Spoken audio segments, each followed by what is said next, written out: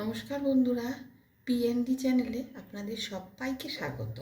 আমি আজকে একটা বোয়াল মাছের তেল ঝাল রেসিপি শেয়ার করে দেখাচ্ছি।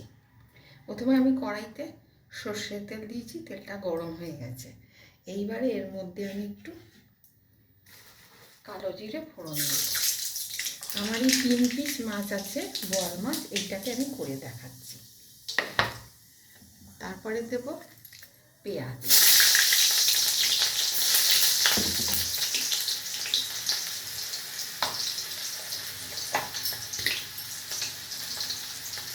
তারপরে দেবো হলুদ,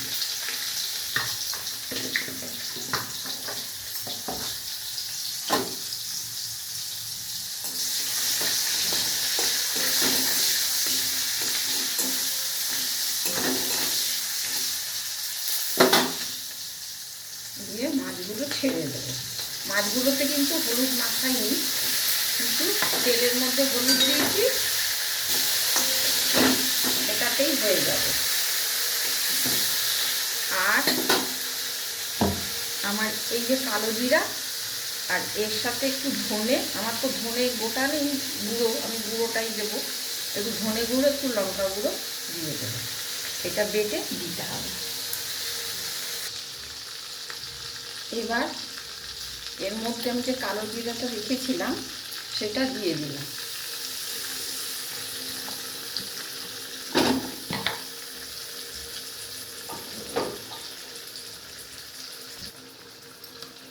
এরপর দেবো এর মধ্যে একটু ধনে গুঁড়ো।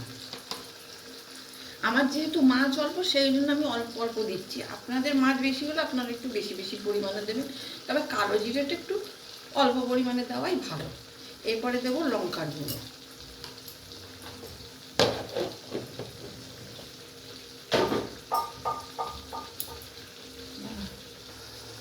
এবার আমি এর মধ্যে কাঁচা লঙ্কা দিয়ে দিলাম, দিয়ে মাছটাকে একটু ভেজে দিলাম, দিয়ে অল্প জল দিয়ে ফুটতে দেব।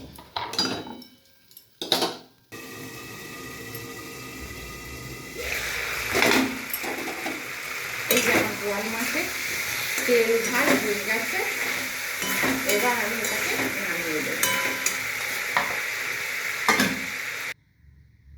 এই যে আমার বোয়াল মাছের তেল ঝাল, এই রেসিপিটা সর্ষের তেল দিয়ে হবে।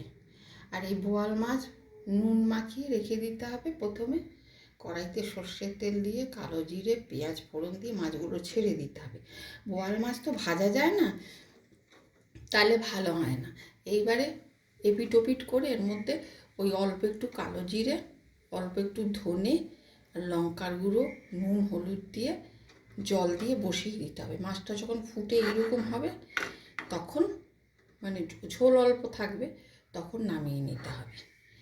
এই হচ্ছে আমার বোয়াল মাছের তেল ঝাল রেসিপি। এটা ভালো লাগলে অবশ্যই লাইক করবেন, শেয়ার করবেন আর আমাকে সাপোর্ট করবেন।